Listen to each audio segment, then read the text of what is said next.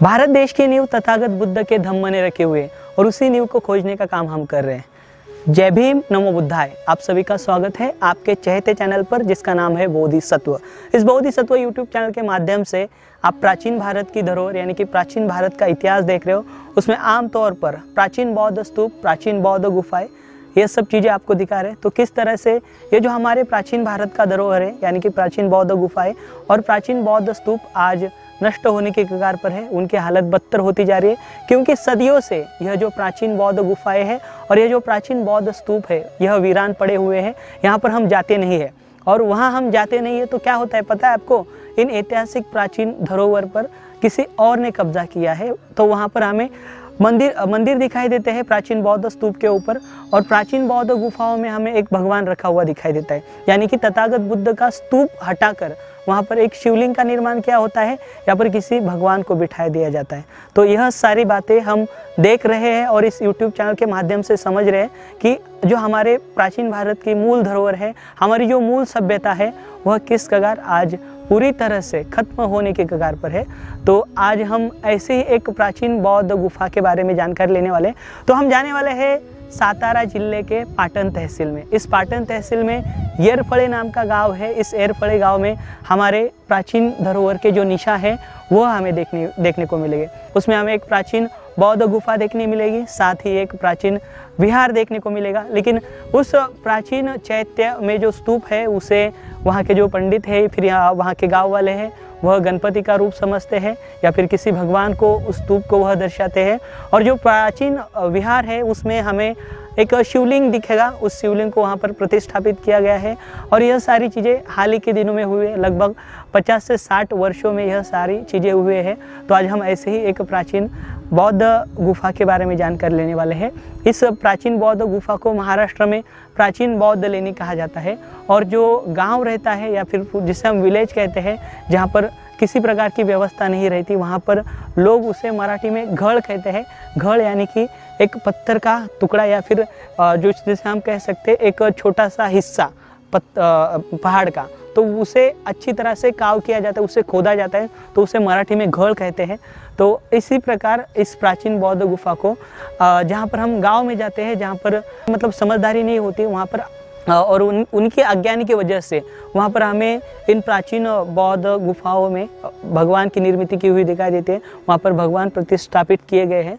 तो आज हम ऐसे ही तरह की जानकारी लेने वाले हैं। तो आपसे अनुरोध रहेगा, अगर आप इस चैनल पर नए हो तो इस चैनल को अब भी सब्सक्राइब करें और साथ ही बेल आइकन को भी प्रेस करें, ताकि इस चैनल पर आने वाले वीडियो आप सबसे पहले देख पाओगे। तो ज़रूर आप इस चैनल को सब्सक्राइब करें और अपने साथियों को ज़्यादा से ज़्यादा कहें कि इस बोधिसत्व चैनल को सहकार्य करें। आप इस चैनल को आर्थिक सहयोग भी कर सकते हो। उसके लिए आपको गूगल पे और पेटीएम का नंबर इस चैनल के इस वीडियो में दिखाई देगा और डिस्क्रिप्शन में भी दिखाई देगा इस चैनल के वीडियो में। तो आप यह ज़रूर करना। तो चलिए आज का यह वीडियो शुरू करते हैं।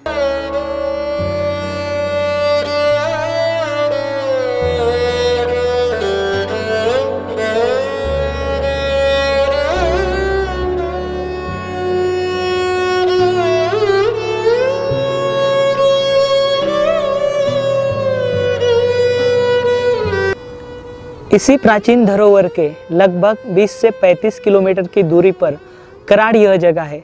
कराड़ यह जगह बहुत ही महत्वपूर्ण और ऐतिहासिक है।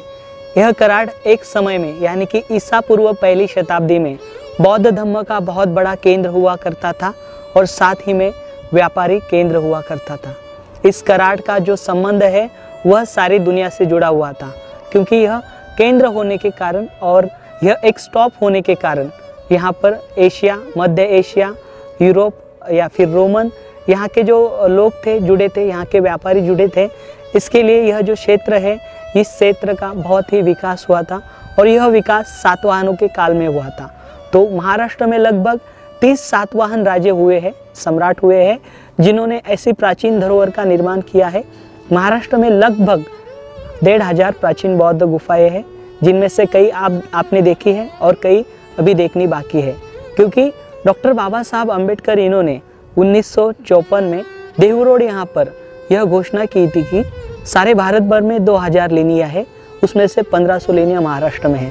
तो बाबा साहब ने कहा था बौद्ध धम्म का जो जिसे मराठी में पायामोळा कहते हैं, यानी कि जिसकी हम उसको मूल नींव कहते हैं, वह नींव इस महाराष्ट्र, इस भूमि में फैली हुई है।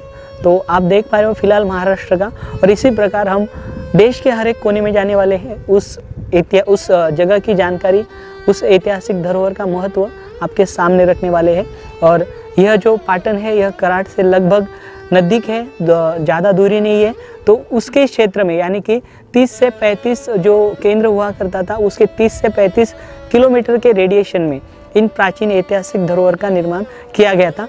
और साथ ही में यह एक प्राचीन व्यापारी केंद्र से जुड़ा हुआ स्थान है, क्योंकि हम आते हैं सोपारा बंदर यहाँ से, उसके बाद हम आते हैं थाना बंदर, उसके बाद आते हैं हम कल्याण बंदर।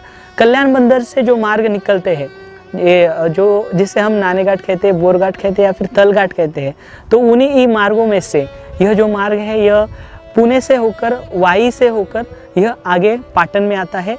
और इसका दूसरा एक महत्वपूर्ण भाग ऐसा है कि इसके लगभग इस पहाड़ के बाजू में या फिर कराड़ से लेकर आप पाटन या फिर आगे जाएंगे तो हमें कोयना नदी का पात्र दिखाई देता है। और पानी बहुत ही महत्वपूर्ण रहता था प्राचीन काल में, जहाँ पानी का स्रोत लगभग पास में रहता था, वहीं पर ऐसी प्राचीन धरोहर का निर्माण किया जाता था, ताकि वहाँ पर रहने वाले बौद्ध भिक्षु को चारिका करने में कोई परेशानी ना हो, या फिर जो व्यापारी वहाँ पर ठहरा करते थे, यदि इन प्राचीन गुफाओं में रहने वाले जो पानी के कुंड है उसमें पानी ना हो, या फिर कभी कभार ऐसी सिचुएशन आ जाए, तो वह जो पानी का स्रोत है वह नज़दीक रहता था। तो हम देख पाते हैं महाराष्ट्र में जितने भी बौद्ध गुफाएं हैं वहाँ पर हमें पानी का स्रोत दिखाई देता है, पानी के बड़े बड़े धबधबे दिखाई देते हैं, जो बहता हुआ पानी वह हमें नज़र आता है। तो यह ऐतिहासिक प्राचीन वास्तु बहुत ही महत्वपूर्ण है। यहीं से आज से 2200 साल पहले बौद्ध धर्म का बहुत ही बड़े पैमाने में प्रचार प्रसार हुआ करता था। इसी जगह पर प्राचीन काल में अरहंत बौद्ध भिक्षु रहा करते थे, जो सारी दुनिया से अलिप्त थे और वह दुख मुक्त थे। और दुख मुक्ति का यानी मानव के दुख मुक्ति का मार्ग वह वहाँ के लोगों को, वहाँ के उपासकों को बताया करते थे। और आज हम देख पा रहे इन प्राचीन बौद्ध गुफाओं में हमें अतिक्रमण दिखाई देता है, लेकिन हम प्राचीन काल में जाएंगे, जिन्होंने आज अतिक्रमण किया है उन्हीं के पूर्वज इन प्राचीन बौद्ध गुफा में आते थे, और उन्हीं के पूर्वजों ने इस प्राचीन बौद्ध गुफा का निर्माण करने में सहयोग किया है। तो वह बेशक वह बौद्ध ही है, जो आने वाले यहाँ पर उपासक अभी किसी अलग नज़रिए से आते हैं, उनके मन में अलग भाव होते हैं, लेकिन उनके पूर्वज जो थे वो बौद्ध थे, और वह यहाँ पर बौद्ध के धर्म को समझने के लिए और खुद को दुख मुक्त करने के लिए उस राह पर चलने के लिए आते थे, और वह प्रयास करते थे। तो आज हमें इन ऐसे प्राचीन धरोहर को बचाना होगा। इस बोधिसत्व यूट्यूब चैनल का किसी भी धर्म या किसी भी पंथ से विरोध नहीं है और किसी के प्रति घृणा भी नहीं है। यह बोधिसत्व यूट्यूब चैनल सारे भारत के लिए बना हुआ है, और ये जो प्राचीन बौद्ध गुफा या फिर प्राचीन बौद्ध स्तूप है ये हमारे भारत का धरोहर है।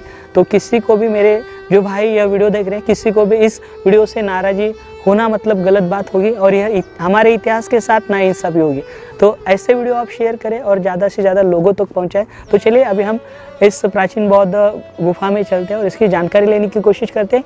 यहाँ के जो महाराज हैं, जो लगभग 20 से 25 सालों से रहते हैं, तो वह जानकारी देंगे कि किस प्रकार से यह यहाँ पर भगवान की स्थापना हुई, भगवान शिव का वहाँ पर शिवलिंग बिठाया गया, तो किस प्रकार आया और किस प्रकार से इस प्राचीन बौद्ध गुफा को हाल ही के समय में एक मंदिर में तब्दील किया गया। तो चलिए चलते हैं, लेते हैं जानकारी।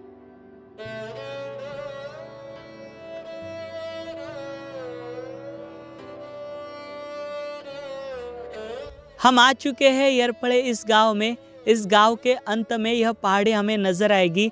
इसी पहाड़ी में लगभग 10 से 15 मिनट की दूरी पर हमें यह प्राचीन बौद्ध गुफा देखने को मिलेगी।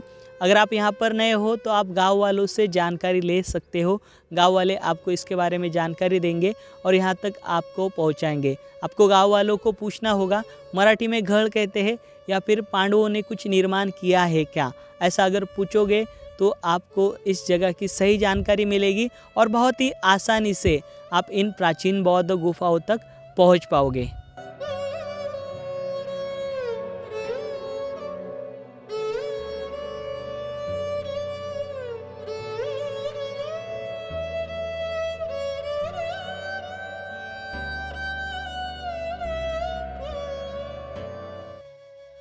आप देख रहे हैं यह प्राचीन बौद्ध गुफा जिसका नाम है येरफळे।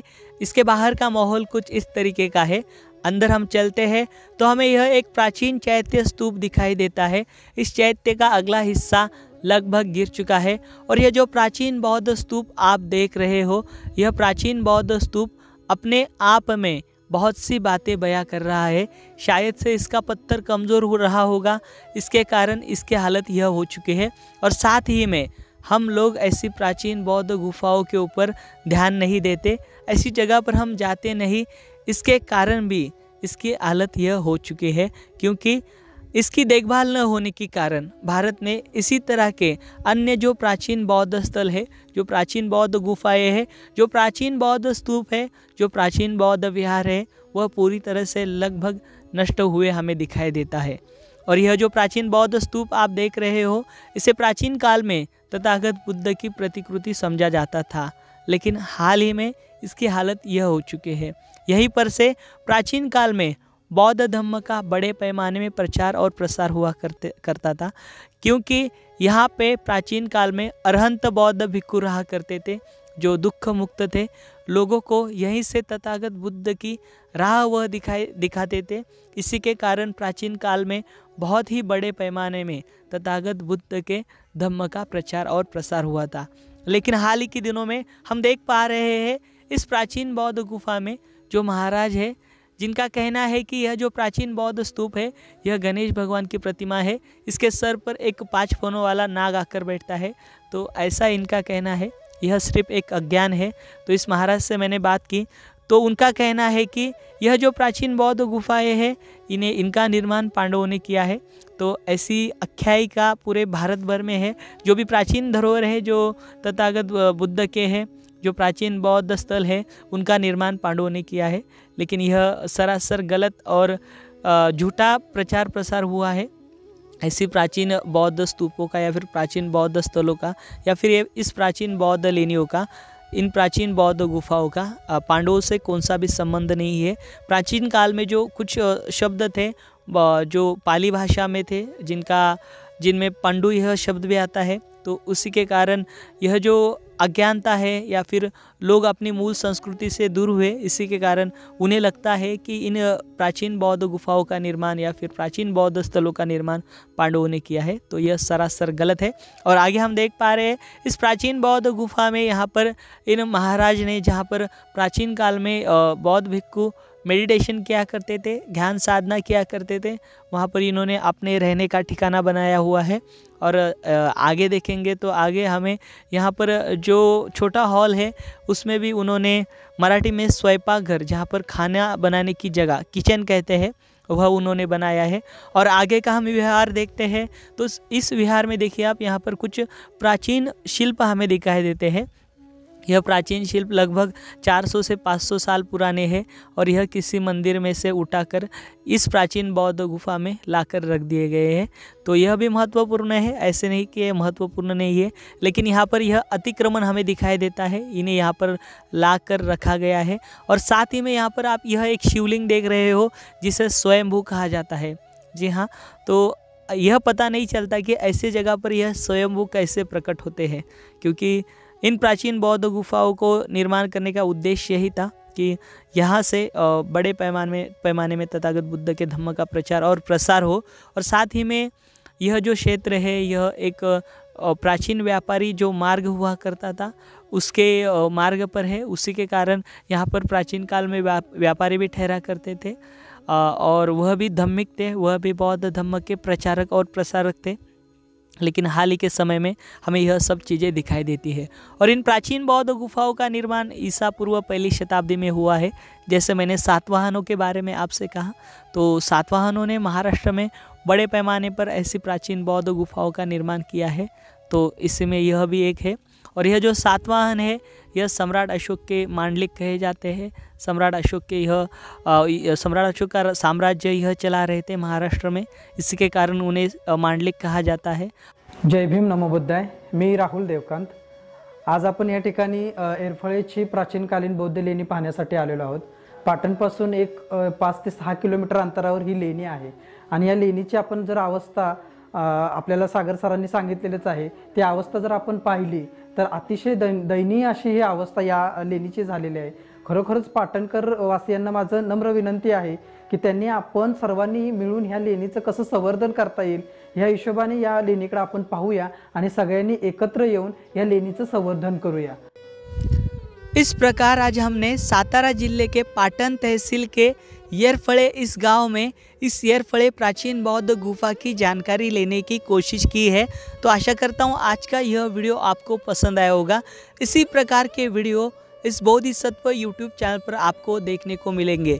तो अगर आप इस चैनल पर नए हो और यह वीडियो आपको पसंद आया तो पहले इस वीडियो को लाइक करें, साथ ही में शेयर करें, कमेंट दें. अगर आप इस चैनल पर नए हो आप और आपके अन्य साथी तो इस चैनल को सब्सक्राइब करें और साथ ही बेल आइकन को भी प्रेस करें ताकि इस चैनल पर आने वाले नए वीडियो आप सबसे पहले देख पाओगे.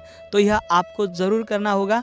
और साथ ही आप इस बोधिसत्व यूट्यूब चैनल को आर्थिक सहाय कर सकते हो ताकि इसी प्रकार के वीडियो इस चैनल पर आते रहे.